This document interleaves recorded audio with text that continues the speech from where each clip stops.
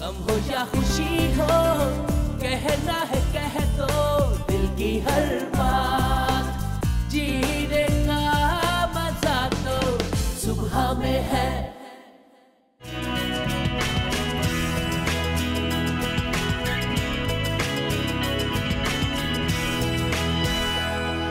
मौसम सरमा का शहंशाह फल है कीनू। इसका न सिर्फ फल बल्कि इसके छिलके, बीज और दरख्त के पत्ते भी इलाज के तौर पर इस्तेमाल होते हैं। लोग इस फल का जूस निकालकर लज्जत और अपने जहन को फ्रेश करने के लिए पीते हैं और फल को छील कर भी खाया जाता है। कीनू में बहुत सारा ग़िज़ाई मवाद पाया जाता है। कीनू विटामिन सी से भरपूर होते हैं जो जिल्द, बालों, आँखों और मैदे के लिए निहायत मुफीद है। कीनू तमाम उम्र के लोग बड़ी रग़बत से इस्तेमाल करते हैं और हर उम्र के लोगों के लिए ये यकसा मुफीद है। तो खाएं एक कीनू रोजाना और रहें हर दिन तवाना। कीनू खाइए, बीमारी भगाइए। आज हमारे एक्सपर्ट्स बताएंगे कीनू के बेशबहा फायदे। अगर आप भी जानना चाहते हैं कीनू के टोटके तो देखते रहिए सुबह सवेरे समा के साथ। मतलब वैसे एक बार कहो प्यार कोई, अच्छा प्यार वो चीज है जो मिन्नतें या भीख में नहीं मांगा जाता। जिसको आपसे प्यार करना है वो वैसे ही आपसे मोहब्बत करेगा। बाय द वे आंटी, आपने जो जोड़ा पहना, मेरे पास ऐसा जोड़ा है, ये पहनकर मैं आऊंगी। आई विश मैं पहनकर आती, मेरे पास ऐसा ही जोड़ा है। जिस दिन मैं पहनकर आऊंगी ना, मुझे गिफ्ट दिया था, मुझे भी गिफ्ट मिला है। कपड़े गिफ्ट मिलते हैं। हाँ ठीक है आंटी, एक सेकंड मैम। अतर माइक देते हैं जब कोई बात करता है। मेरी बेटी ने गिफ्ट दिया मुझे। किसने गिफ्ट दिया आपको? मेरी बड़ी बेटी ने। आपकी बड़ी बेटी ने? अच्छा। और मेरे साथ जो अभी मेरा मेकअप आर्टिस्ट सलमान जो होता है मेरे साथ, आजकल नहीं है, लेकिन उसकी अम्मी ने मुझे गिफ्ट भेजा। हाँ, और बहुत अच्छा बना है और मैं वो पहन कर आऊंगी। ठीक है ना, सेम कलर है। तो उस दिन आंटी आएंगी, यही कपड़े पहन कर आएंगी, मैं भी पहनूंगी। ओके अच्छा जी, आज आंटी तो ग्रीन है और मैं हूँ आज ऑरेंज और ऑरेंजेस आ गई हैं, तो ऑरेंजेस पे शो करना। आज मैं सोच रही थी, मैंने कहा मैं बहुत बड़े बोल नहीं बोलूँगी, लेकिन मुझे लग रहा था ये फल जो है ना, ये फल इस दुनिया का नहीं है, ये किसी और जगह का फल है। क्योंकि इस फल के जब मैं फ़ायदे पढ़ती हूँ, सुनती हूँ, जब ये फल आता है तो मैं भी ना ऑरेंज की तरह ब्लश करना शुरू कर देती हूँ। और आज मैं इतनी एक्साइटेड हो रही थी कि जबकि मैं आँखों पे मेकअप नहीं करती, आज तो मैंने भर के मस्कारा तो लगाया ही लगाया, लेकिन ऑरेंज शेड भी लगाया। मैंने कहा ये भी लगा लूँ, वो भी कर लूँ, लिपस्टिक लगा लूँ। तो आई थिंक ये मेरी एक्साइटमेंट थी उस फ्रूट को लेकर। इस फ्रूट से आप कितनी खूबसूरत हो सकती हैं, आपकी उम्र जो है उससे आप 20 साल कम लग सकती हैं। आपके बाल, आपकी स्किन, जो हम कहते हैं ना कि यार इंजेक्शन लगा के लोग गोरे भी हो रहे हैं और लोगों की ग्लो भी कर रही है, स्किन चमक रही है, ओके फाइन, अगर आप अफोर्ड कर सकते हैं और आपको लगता है वो सही है, आप वो करें। बट जो नहीं कर सकता उसके लिए ऑरेंज वही सारे असरात आपके चेहरे पे लेकर आएगी जो एक इंजेक्शन से होते हैं, बल्कि उससे कई ज़्यादा, क्योंकि आप अंदर से भी फ्रेश होंगे और आप देखने में भी बहुत ही फ्रेश लगेंगे। तो आपकी स्किन ग्लो करना शुरू कर देगी। आपकी स्किन, लोग लिटरली आपसे पूछेंगे कि यार कुछ तो लगाए, छुपा रही, जब पीट करेंगी कहेंगी देखो जरा कैसे मुंह पे झूठ बोल के गई है, इंजेक्शंस लगवाए। ये आज ऑरेंज का कमाल है जो हम आपको लाइव शो में दिखाएंगे। आज लाइव शो में हम आपको दिखाएंगे क्योंकि विटामिन सी से भरपूर, और आजकल जो वायरल इन्फेक्शन ये जो फैले हुए हैं, जिसका आज मैं भी एक विक्टिम यहाँ पर हूँ कि नज़ला, ज़ुकाम, और मैं आज सोच रही थी ये सारी ऑरेंजेस में लेके जाऊँगी, ऑरेंजेस खाऊँगी, उनके जूसेस पीऊँगी, उससे ज़्यादा ऑरेंज खाना बेहतर है। ऑरेंज की जो वो है स्किन है उसको आप किस तरह यूज़ कर सकते हैं और क्या कुछ बना सकते हैं, चाहे वो खाने के लिए, चाहे वो लगाने के लिए। तो आज हम ये सारी बातें करेंगे। अगर ऑरेंज का किसी को कोई फ़ायदा हो, मतलब फ़ायदा पता हो तो हमें बताएं।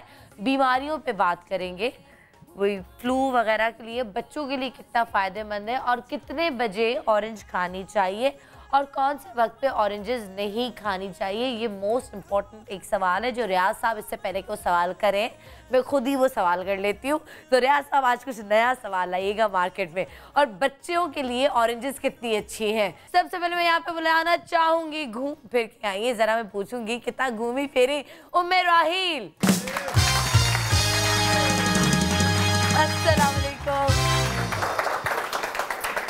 हाल है, कैसी हैं आप? अल्लाह का शुक्र। घूम फिर के आ गई आप, है ना? मैंने आपको फॉलो किया था फेसबुक, अच्छा। मैंने आपको देखा था। हाँ, कैसा रहा, मजा आया? बहुत बहुत मजा आया, बहुत कुछ सीखा। सीखने को बहुत मिलता है। अच्छा, आप ट्रैवलिंग करें ना, चाहे वो बाहर करें, चाहे वो आप शहर में करें, चाहे वो आप पाकिस्तान में ही करें, सीखने को बहुत मिलता है, लोगों से मिलते हैं, बातें होती हैं। एक्चुअली मैं तो कॉन्फ्रेंसेस के लिए गई थी, उसकी सीखने को बहुत मिला। गई थी, तो डिफरेंट कोर्सेज हैं। ये पढ़ने गई थी, हम तो वैसे ही जाते हैं ना घूमने। हम पढ़ने जाते हैं। आप पढ़ने जाती हैं, राइट? ठीक है, तो मजा आया, मतलब बहुत मजा आया। और आज ऑरेंजेस के वो फायदे आपने बताने और आपने मुझे वादा करना जो आज तक आपने कभी किसी शो में नहीं बताया। बिल्कुल। आप एक्चुअली जब थाईलैंड गई तो वहाँ पे मैंने जो सोप्स की वैरायटी देखी है ना, इतनी वैरायटी थी, मैं कहा हम लोग तो कुछ करते ही नहीं है, तो आज एक ऐसे ही सोप बनाएंगे। सोप बनाएंगे? हाँ, ऑरेंज के साथ। और ऑरेंज के साथ जो है स्प्लिट एंड्स और डैंड्रफ, सर्दियों में बाल बहुत ड्राई हो जाते हैं, स्प्लिट एंड्स हो जाते हैं, वो बाल गिरने लगते हैं, तो सर्दियों के लिए जो हम खास स्प्लिट एंड्स के लिए और ड्राइनेस के लिए बनाएंगे एक मास्क बनाएंगे। रेडी भाई, आज मैं बता रही हूँ ऑरेंज सोप तो मैं किसी को नहीं देने वाली, ये मैं बता रही हूँ, आज पहले से ही नदीदी बन रही हूँ मैं किसी को नहीं दूंगी, क्योंकि ऑरेंज स्किन के लिए इतना अच्छा है। हम दो नदीदे, आज नदीदे बन जाते हैं आज तो, बिल्कुल ठीक है ना? तो बिल्कुल आज हम सोप बनाएंगे और मास्क बनाएंगे स्किन के लिए, बालों के लिए मास्क होगा। तो प्लीज लिखना शुरू कर दें, बाद में ना कहना कि बताया नहीं। आज का शो बहुत इंपॉर्टेंट, जरूर लिखिएगा कि ऑरेंज से किस तरह बालों का मास्क और आपकी स्किन के लिए, आपकी बॉडी के लिए सोप बनेगा, तो वो ऑरेंज से बनेगा। अच्छा जी, नेक्स्ट एक्सपर्ट हमारे साथ शाह नजीर साहब हमारे साथ मौजूद है। बहुत सारी तालियां। ठीक है आप? नहीं, मुझे नजला हो रहा है, अब ऑरेंज खाऊंगी तो सही हो जाएगा। सही है, आपने पूरी कोशिश की किसी तरह ऑरेंज शर्ट मिल जाए, लेकिन काफी करीब मिली है, मिल गई है ना? तो शादी जहाँ हुई वो भी करीब थी या कहीं दूर थी? पेशावर में। वो पेशावर में थी और आप? मैं कराची में था। तो पेशावर में कराची, मतलब ये कैसे हुआ? अभी मैं सैटरडे को मैं पेशावर गया था। तो अभी शादी सैटरडे को हुई? नहीं, मेरी शादी को 29 साल हो गए। ओके, 29 साल हो गए मेरी शादी को। तभी सैटरडे का जिक्र क्यों किया? सैटरडे को मैं पेशावर गया था और वहाँ पे मैंने क्लिनिक किया। नहीं, मैं वहाँ पे क्लिनिक किया, लेकिन वहाँ 3 दिन रहने के बाद मुझसे सिर्फ और सिर्फ लोगों ने जो सवालात किए वो सिर्फ 3 लोगों के बारे में। सनम कैसी है? एक सनम बलोच को सलाम कहिएगा, एक साहिर लोधी को सलाम कहिएगा और एक शेफ गुलजार को सलाम कहिएगा। नोटिस करें, सनम बलोच को सलाम कहिएगा, साहिर लोधी को सलाम कहिएगा और शेफ गुलजार को। एस जो है ना, आजकल लगता है कि आज सितारे एस के जो है ना, वो तो उसी से आता है। सॉरी, मतलब ऑडियंस अवाम कुछ तो सिखाओ हमें भी, हम भी गलत बोल सकते हैं हर बात में, वो तो सी से आता है ना शेफ। सनम वहाँ जाके तो आ गया ना। चलो, यहाँ तो हम हल्ला गुल्ला भी करते हैं, प्रोग्राम भी कर रहे हैं, सब कर रहे हैं, क्योंकि हम एक स्टूडियो में हैं। बाहर निकलते हैं तो हमें पता चलता है कि कितनी व्यूवरशिप है आप लोगों की। माशाल्लाह सनम, हमें आप पे फख्र है। बहुत शुक्रिया, थैंक सो मच। और पूरे पेशावर के लिए आई लव यू, और पेशावर जिंदाबाद, खुश रहें, आबाद रहें। और आज ज़्यादा से ज़्यादा पेशावर वाले जो है वो जागेंगे और हमें कॉल्स करेंगे, हमसे बातें करेंगे। Thank you. लेकिन इन्होंने शादी की कहानी घुमा दी तारीफ करके। ओके जी, शो। अच्छा, और नेक्स्ट हमारे साथ है, अब वो पहले से घबरा गए, वो आज ऑरेंज की जगह ऑरेंज के पत्ते बन के आ गए। उनको पता है सनम कुछ ना कुछ कहेगी, तो हमारे साथ हकीम रजा इलाही यहाँ पे मौजूद है।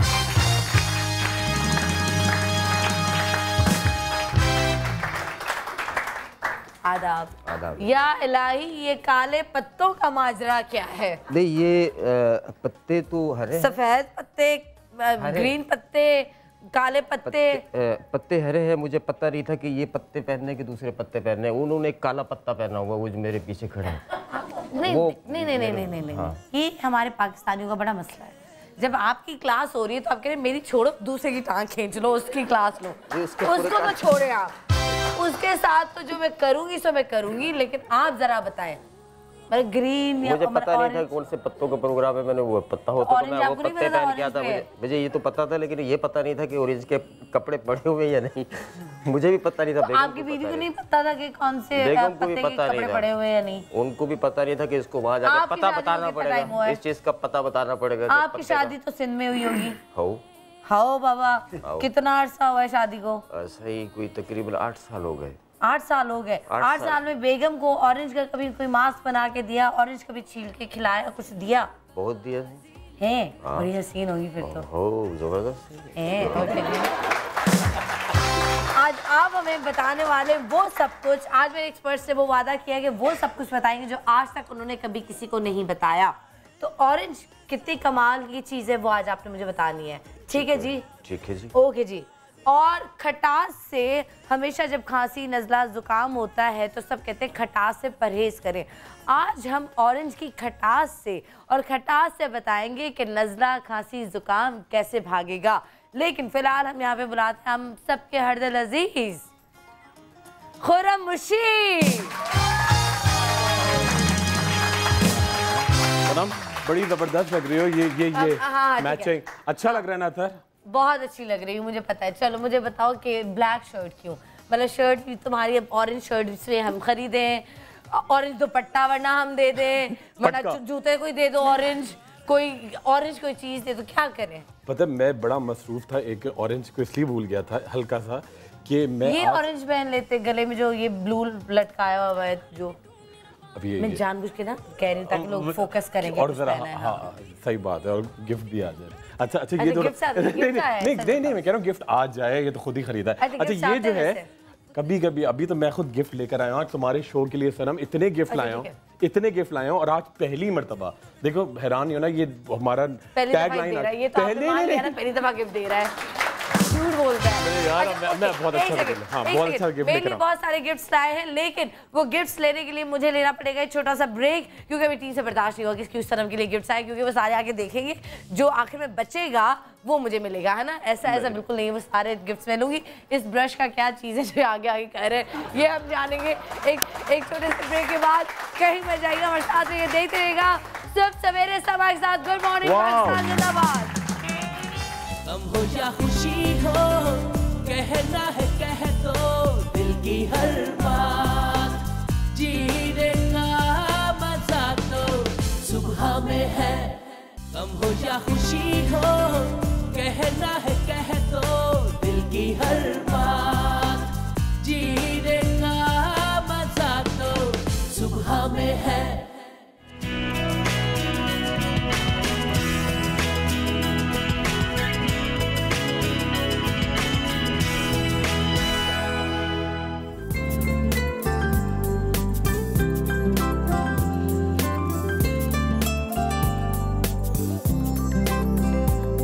Welcome back. हम लोग वापस आ चुके हैं। मैं और आज आथिर सानी जो है वो प्लानिंग कर रहे हैं कि भाई आज एक्सपर्ट्स को हमने बहुत बुरी तरह फंसाना है। रिजल्ट आज हमें सामने ही चाहिए, क्योंकि ये मेरे शो का मेन जो हिस्सा है और यही मेरे शो का कमाल है कि हम आपको ये नहीं कहते कि 2 महीने या 3 महीने या 4 महीने, रिजल्ट हम आपको उसी वक्त दिखाते हैं। लेकिन एक एक्सपर्ट हमारी जो है वो ज़रा कम है, उनको बुलाते हैं, बिल्कुल याद है। आप सबकी भरपूर तालीमें। हमारे साथ यहाँ पर मौजूद है शेफ फरा। अस्सलामुअलैकुम, कैसी है आप? अस्सलामुअलैकुम। बिल्कुल ठीक, आप कैसी है? मैं बिल्कुल ठीक हूँ। सॉरी बस ट्रैफिक में इतना मैं स्टक हो गई थी, मैं क्या करूँ, मुझे आते में थोड़ी सी देर लगी। नहीं कोई बात नहीं, देर आए दुरुस्त आए। अभी तो शुरुआत है, आगे आके देखो होता है क्या। ओके जी, सबसे पहले हम टाइम अब जाया नहीं करते, पहले मैं आती हूँ आपके पास उमेर राहिल, क्योंकि आप बहुत दिन बाद मेरे पास आई हैं। तो आप बताएं कि आप सबसे पहले क्या बना रही हैं? सूप बना लेते हैं पहले। सूप बनाते हैं, ठीक है। जब तक बन रहा है तो इसमें हमें जो है कीनू चाहिए। हमने कहा था कि कीनू का साबुन बनाएंगे ऑरेंज का, ठीक है। अच्छा इसको करना क्या है, इसको आपने हाफ करना है। इसको ले लेते हैं। अच्छा इसको हाफ करके इसके अंदर से सारा पल्प निकाल लेना है। अच्छा बीच से ही हाफ करना है, कहीं से भी हाफ कर सकते हैं? नहीं बीच से, इसका बिल्कुल एक वो बन जाएगा जैसे लाइक कंटेनर टाइप का। इसके अंदर ही हम सोप बनाएंगे। इसके अंदर ही सोप बनाएंगे जी। सेट हो जाएगा तो उसी शेप का निकलेगा। तो ऐसा ही हो मेरा? निकालने नहीं है उसको, उसके अंदर ही रहेगा। ऐसे ही रगड़ना है। एक्चुअली वो स्क्रबिंग का ये तो नया था ना, अगर निकाल भी सकते तो उस शेप का निकल आएगा। हाँ जैसे सांचा बन जाएगा। एग्जैक्टली उनका मोल्ड था। पूछूं कि ऐसा तो नहीं थाईलैंड से आप लेकर ही सौंप आई हो? नहीं थाईलैंड से मैं सिर्फ मेडिसिन लाई हूँ, तफासिल शॉपिंग के पैसे नहीं बचे। मेडिसिन किस चीज की? मतलब फिलर्स हैं, अब सीरम्स हैं, अपने थ्रेड्स हैं। वहाँ पे अच्छे मिलते हैं? एक्चुअली वहाँ पे एग्जीबिशन थी तो हम लोग गए इसीलिए थे। तो वही पहली दफ़ा ऐसा हुआ कि मैं बच्चों के लिए चॉकलेट्स भी नहीं लाई। अच्छा, वैसे अच्छा हुआ नहीं लाई। वैसे चॉकलेट्स बाय द वे सेहत के लिए बहुत अच्छी हैं, चॉकलेट्स नहीं खानी चाहिए, लेकिन वही परचेसिंग में सारा, लेकिन सारे पैसे खर्च कर दिया आपने। ये बहुत ज़्यादा करती है। अच्छा, माया थी आपके साथ? नहीं। अच्छा, फिर मैंने पुरानी तस्वीर देखी थी, माया तो मुझे याद आ रही है, मैं आपसे माया का पूछूंगी कैसी है वो। यहाँ पे सिर्फ हमारे डिफरेंट डॉक्टर्स पूरे ग्रुप्स गए थे पूरे पाकिस्तान से। तो फिर मैंने कोई और पिक्चर्स देखी। दुबई की आपने दुबई वाली वो पुरानी थी, लेकिन ये जल तो नहीं रहा। हाँ, पानी जल रहा। अच्छा, आपने इसमें डाला पानी और सोप फ्लेक्स डाले हैं। सोप कौन सा वाला डाला है? सोप देखिए आप कोई सा भी ले सकते हैं जो आपको सूट करता हो, जो घर में। लेकिन आजकल हम लोग फेस वॉश ज्यादा यूज करते हैं, सोप कम करते हैं। लेकिन अगर क्या सोप ही डालना जरूरी है? सोप ही डालेंगे या सोप फ्लेक्स मिल जाते हैं, ठीक है। सोप फ्लेक्स आप ले लेंगी या सोप लेंगी, वो कहाँ से मिलेगा? किसी मेडिकल स्टोर से मिलेगा। सोप फ्लेक्स मिल जाते हैं, और ये पूरे जो मेडिसिन मार्केट है वहाँ पे सोप फ्लेक्स की पूरे आपके ना बल्क में मिल रहा होता है। अच्छा, इसमें हमने जैसे सोप फ्लेक्स डाले हैं थोड़े से, और जो भी आपके घर में साबुन या बचे हुए साबुन जो होते हैं उसके आप टुकड़े करके डाल सकते हैं। ठीक है, इसके अंदर चलिए कोशिश थोड़ा सा, हाँ, बची हुई चीज़ ज़ाया भी नहीं होगी, एक और अच्छी चीज़ हो जाएगी। लेकिन इसके अलावा आपको जो सोप सूट करता हो ना, आप वो डालें। और आज हम ऑरेंज सोप बना रहे हैं। ऑरेंज सोप सोचें आपकी स्किन पे कितनी ग्लो आएगी, और ऐसे ग्लो करेगी ना, इंजेक्शन जो नहीं यूज कर सकते, अफोर्ड नहीं कर सकते, उनके लिए ये बेस्ट चीज है। मैं आपको बता रही हूं, इंट्रोडक्शन में जो बात बताई थी ना सनम ने कि जो इंजेक्शन होते हैं उसमें मेन चीज यही होती है, कीनू और ग्लूटाथायोन। Vitamin C. और सना, मुझे सबसे ज्यादा खुशी ये हो रही है आज उमेराइल की कि जो बची कुछ चीजों का इल्जाम मुझ पे था, अब उमेराइल पे आधा आ गया। अच्छा, ग्लूटाथियोन जो है ये है क्या? ये बहुत अच्छा सवाल है। अच्छा, लोग बड़ा घबराते हैं कि पता नहीं इसको इंजेक्शन को लगाने से क्या रिजल्ट आ जाएगा, और कौन से टेस्ट कराएं, कुछ भी नहीं। ग्लूटाथियोन एक एंटीऑक्सीडेंट है, ठीक है, जो आपके जिस्म से मैल कुचैल जरासीम निकालता है। अच्छा, और ये नॉर्मली लोगों के बॉडी में होता है, किसी में कम किसी में ज्यादा, या अगर कोई टेंशन में है, ग़िज़ा अच्छी नहीं मिल रही तो वो डिप्रेस्ड हो जाता है। ठीक है, अगर आप तरबूज खाएं, अगर आप कलेजी खाएं, अगर आप लोबिया खाएं, अगर आप मशरूम्स खाएं, अगर आप बैम्बो शूट लें, अगर आप एवोकाडो होता है एक फल, ठीक है, वो खाएं, तो ये आपकी कीनू में विटामिन सी आ जाएगा, ग्लूटाथायोन। और सबसे इम्पोर्टेंट होता है तरबूज में होता है, बकरे की कलेजी में। इसी तरह लोगों के जो कलर्स है वक्त के हिसाब से कभी डार्क होते कभी लाइट होते हैं, ये खानी चाहिए। अगर आप ये खाएं, ये है जो अगर आपके डार्क पैचेस वगैरह हैं वो उससे खत्म होंगे, बिल्कुल खत्म हो जाते हैं, और बड़ा मैजिकली खत्म होते हैं। लोग इसको थोड़ा फॉलो नहीं करते हैं। अच्छा, जैसे मेरे पास इसमें तो नहीं है, इसमें सिर्फ विटामिन सी, इसमें सिर्फ विटामिन सी है, इसमें कीनू में सिर्फ विटामिन सी, वो दोनों को मिक्स करके फिर वो इंजेक्शन उसको, और हर एक के हिसाब से बॉडी के हिसाब से उसको डिस्टिल वाटर में डिस्पर्स करते हैं, कोई नुकसान नहीं है। इसके अंदर फाइबर भी मौजूद है, जो व्हाइट एरिया नहीं, वो तो सही है, मगर जो सनम कह रही है इसके अंदर वो ग्लूटाथियोन नहीं है, इसके अंदर बेसिकली विटामिन सी ही है। लेकिन विटामिन सी जो है ग्लूटाथियोन को प्रोड्यूस करने में, उसको बढ़ाने में मदद देता है। अगर आप ग्लूटाथियोन खाली लगाएंगे तो कभी भी आपको रिजल्ट नहीं मिलेगा, तो विटामिन सी बहुत इंपॉर्टेंट है।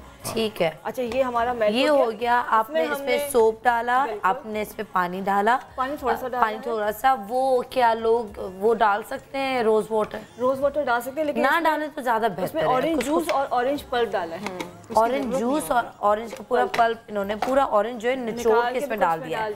जैसे आप किसी का दिमाग निचोड़ लेते हैं, इस तरह पूरा निचोड़ें आप कीनू को और इसमें डाल दें, तो बहुत आसान, जलाएं, फिर तो बहुत आसान हो गया निचोड़ना। बाकी जो मिसाल दी है ना, मैंने जो मिसाल दी है ना, आप समझ गए होंगे आप। और इसमें थोड़ा सा दूध डाला है ताकि मॉइस्चराइजिंग इफेक्ट भी आएगा और ब्लीचिंग इफेक्ट भी आएगा।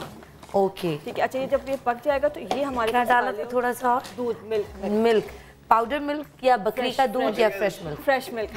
बकरी मिल जाए तो ज्यादा अच्छा है। अगर खुर्रम दे दे उधार, खुर्रम के पास है। मुझे कोई एक छोटी सी जगह मिल जाए ना, कसम से किसी के पास हो, कोई मुझे रेंट पे देना चाहे, जो आपने मुझे दिखानी है, तो मैंने एक बकरी रखनी है, एक गाय रखनी है, वहाँ पे मैंने सब्जियां अपनी लगानी है, हंस रही हैं, मुर्गियां रखनी है, देसी चीजें खानी है यार। नहीं, बिल्कुल बहुत अच्छा हो जाएगा।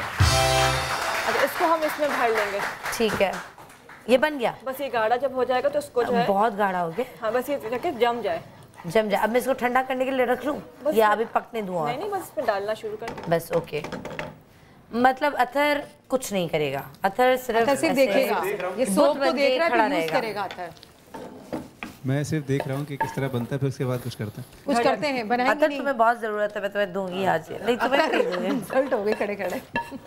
नहीं मैंने तो कहा था मैं लेके जाऊंगी। नहीं मैं लेके जाऊंगी। इससे आपकी ड्राई स्किन भी खत्म होगी। बिल्कुल ड्राई स्किन भी खत्म होगी, वाइटनिंग भी आएगी, स्किन ग्लोइंग भी होगी, जो पैची स्किन हो जाती है वो कितने दिन में कितनी रिजल्ट तो आप जैसे इससे वॉश करेंगे स्किन एकदम फ्रेश हो जाएगी। ठीक है, लेकिन ये कि जाहिर सी बात है आप रेगुलर उसको इस्तेमाल करेंगे, आपको उसको करने ओके फाइन। ये सोप ठंडा हो जाए और शो के एंड में ये सोप मैं यूज करूंगी और मैं फेस वॉश करके आऊंगी और फिर देखेंगे कि मेरे चेहरे पे कितनी ड्राइनेस और ग्लो खत्म हो जाएगा। गम हो या खुशी हो, कहना है कह दो दिल की हर बात। जीने का मजा तो सुबह में है। गम हो या खुशी हो, कहना है कह दो दिल की हर बात।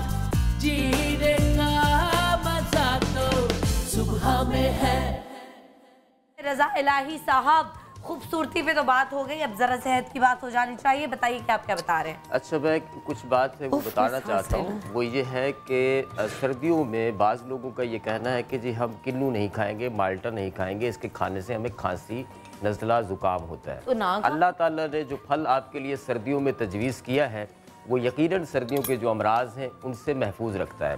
हमारे यहाँ एक रुझान पाया जाता है कि खट्टी चीज़ें इस्तेमाल करने से आपकी खांसी नज़ला ज़ुकाम जो है ये बढ़ जाता है। खांसी में खट्टी चीज़ें नहीं खानी चाहिए। तिब के असूलों में 2-3 तरीका इलाज हैं जो कि दुनिया के अंदर राइज हैं, जिसमें इलाज बिल-ग़िज़ा, इलाज बिल-एज़ा और फिर उसके बाद है इलाज बिल-ज़िद, यानी कि आप खटास से खांसी का इलाज कर सकते तो हैं। अब उसका रीज़न इलाज हो सकता है, इमली खाएं? नहीं हो सकता। ओके हाँ अच्छा, उस अनारदाने से हो सकता है। अनारदाने से? बिल्कुल अनारदाने से हो सकता है। अनारदाना, गुड़, बड़ी इलायची अगर मिला, गुड़ मीठा होता है, खट्टा नहीं होता। अनारदाना तो खट्टा होता है। हाँ तो आपने खट्टी चीजों की बात करी, तो गुड़ कहाँ से आ गया? खट्टी कह रहे हैं, खट्टा है ना अनारदाना। नहीं लड़ाई वाली गुड़ बाबा गुड़ उसका बता रहा हूँ ना। अच्छा ओके ओके फाइन, उसका बता रहा हूँ। अच्छा अब ये है कि हमने ये खुसूसन ऐसी खांसी जिसमें कौवा लटक जाता है, हलक जो है आपका गिर जाता है, टॉन्सिल्स आ जाते हैं, उसके लिए जिसको बोलते हैं जी गले आना, उसके लिए है जी। ये हमने लिया 1 चम्मच किन्नू, ठीक है। 1 चम्मच हमने लिया, 1 चम्मच लिया किन्नू का रस, किन्नू का रस। एग्जैक्ट अब पूरा बोला है, किन्नू का रस, बगैर छिलके के, बगैर उसके दानों के। 1 चम्मच हमने लिया दही, दही खट्टा, खट्टा जूस, ठीक है। और आधी चम्मच हमने लिया अनार का रस। ये अनार इतने अच्छे आए हुए हैं, बेस्ट है। अच्छा अब हमने इसमें डाला 1 अदद लौंग का पाउडर। 1 अदद लौंग मुसव्विर में सब देख रही हूँ तुम्हें। पीसकर हमने इसमें 1 अदद लौंग डाल दिया, ठीक है। उसके बाद पाउडर डाला 1 अदद, ठीक है। 1 अदद लौंग का पाउडर। और ये क्या डाल रहे हैं? ये है फिटकरी सफ़ेद। अच्छा इसका तरीका ये है, इसको आप देखिए, ये हमने इस तरह से करना है कि फिटकरी लेके इसको 1 2 3 4 5 6 7, अच्छा ये आपने पीना है, इससे आपके जो टॉन्सिल्स हैं वो ख़त्म होंगे। इसके ऊपर से आपने पानी नहीं पीना। अच्छा हाँ, और आपका जो हलक गिरा हुआ होता है, ढलका हुआ होता है, वो इससे ऊपर चला जाएगा। अच्छा खुद ब खुद ऊपर चला जाएगा। जो ही ऊपर जाएगा तो उससे नज़ला की जो अलामत है आपकी, नज़ला जो आपको हो रहा होता है, जो नज़ला अंदर गिर रहा होता है, वो आपका ख़त्म हो जाएगा 1 डोज से। 1 बार की एप्लीकेशन से वो ठीक हो जाएगा। दूसरी बात ये कि मैं अभी पीऊंगी और देखें शो के अभी तक पता चल जाएगा। बिल्कुल बिल्कुल पता चल जाएगा। दूसरी बात ये है कि एक अलामत जिसमें कि खांसी का बलगम जो है हमारे यहाँ नज़ला अंदर गिरता है, फिर हम उसको एंटी जो है एलर्जिक मेडिसिन लेते हैं, उसको ख़त्म करने की मेडिसिन लेते हैं। नतीजा ये निकलता है कि वो जम जाता है, सांस लेने में दिक्कत होती है, खांसी बलगमी पैदा जो होती है। उसके लिए ये चीज़ें नोट कर लें, जिसमें दालचीनी, सौंफ जो कि आप अपने किचन से ले सकती हैं, 2-2 खाने के चम्मच लें, और 1 चम्मच इसमें हल्दी मिला दें। हल्दी मिला के इसको आप रख लें, और इसमें जो काली पत्ती जो भी घर पे यूज़ होती है 1 चम्मच उसकी मिला लें। अब आप इसका आधा चम्मच लें, 1 कप पानी में बॉयल करें इसको जुशांदे की तरह, और उसको मीठा करके आप गुड़ से, चीनी से उसको पिए सुबह शाम। तो उससे ये होगा कि आपकी जो बलगमी खांसी है वो ठीक हो जाएगी। जबरदस्त, ठीक है जी, जबरदस्त। ओके अब हमें कौन बता रहा है?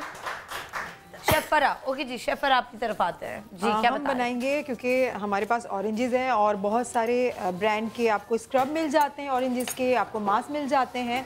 तो स्क्रब जो है वो ऑल टाइप स्किन के लिए मैं बना रही हूँ। स्क्रब का मकसद ये होता है कि आपकी डेड स्किन को रिमूव करें, आपकी जो टू टन स्किन है उसको इवन करें और आपकी स्किन पे जितने भी स्कार्स हैं या फिर पिंपल्स के निशानात हैं उसको क्लियर करके आपकी स्किन को फ्लॉलेस करें।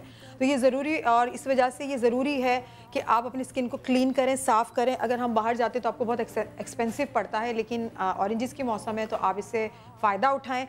स्क्रब यूजुअली बनता है ऑरेंज पील ड्राई से, हम ड्राई बनाते हैं और ड्राई ऑरेंज का जो छिलका है वो तमाम स्किनों पे नहीं चल सकता। एक्ने स्किन पे तो बिल्कुल नहीं चलता, रैशेज़ हो जाते हैं, दाना फट जाता है, दूसरी तरफ इसका पानी जाता है तो दाने बढ़ने के चांसेस होते हैं।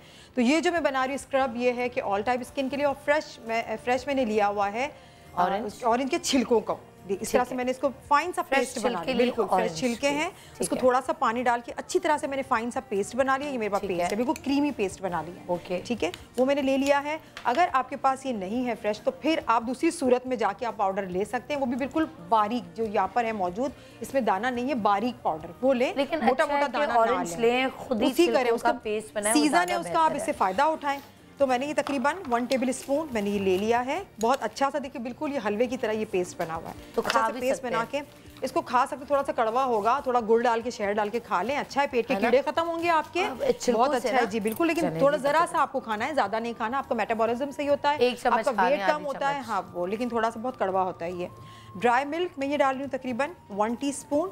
अच्छा, ड्राई मिल्क की जगह हम कोई भी दूध डाल सकते हैं ना, लाइक हम लोग नहीं ड्राई डाल सकते हैं बिल्कुल, लेकिन ड्राई मिल्क एक पेस्ट बना रही हूँ मैं। पेस्ट के लिए मैंने ड्राई मिल्क का इस्तेमाल इसके अंदर किया है, वरना वो लिक्विड फॉर्म में हो जाएगा। स्किन के लिए बता रही हैं, ड्राई स्किन के लिए बता रही हैं, स्क्रब है ये निशानात के लिए बता रही हैं, कहीं कहीं पैचेस स्किन हो जाती है हमारी, उसके लिए बता रही हैं, जो सर्दियों में स्किन खराब होती है ना, वो हट जाती है, उसके लिए सही हो जाएगा। अच्छा, चावल का आटा ये भी मैं 1 टीस्पून लूंगी क्योंकि सर्दियां हैं तो ज्यादा चावल का, लेकिन दाने जिनकी स्किन पे हैं वो ना लगाएं तो बेहतर है मेरा ख्याल। ये वाला आप लगा सकते हैं, लेकिन मैं एप्लीकेशन करके बताऊंगी कि दानों वाली स्किन पे लगाते कैसे, वो भी मैं बता दूंगी कि वो किस तरह से लगा जाता है। अच्छा, मैंने ये ले लिया और यहाँ पे बेकिंग सोडा वो बहुत कम, क्योंकि आपके जो पोर्स होते हैं खुल जाते हैं, उसके अंदर मैल गंदगी जमा हो जाती है। स्क्रब जो है एक्चुअली पूरी स्किन के प्रॉब्लम्स का काम करता है, तो मैंने बिल्कुल देखिए ये चुटकी भर मैंने लिया है, सही है, ये मैंने ले लिया।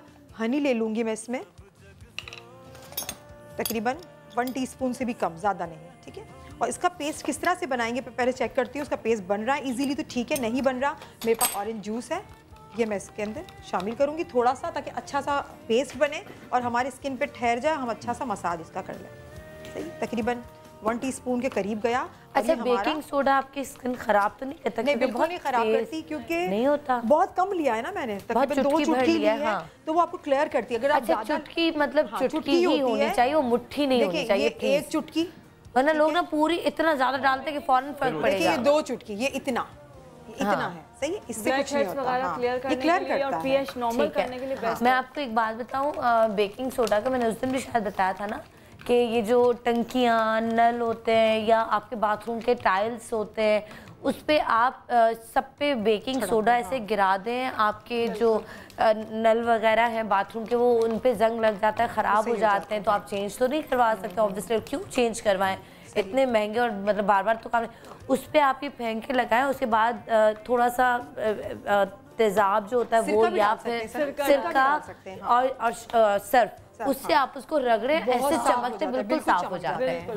अच्छा, ये देखिए इतना फाइन सा मेरे पास स्क्रब तैयार हो गया, वाह, सनम के लिए तालियां होनी चाहिए, इतनी अच्छी है।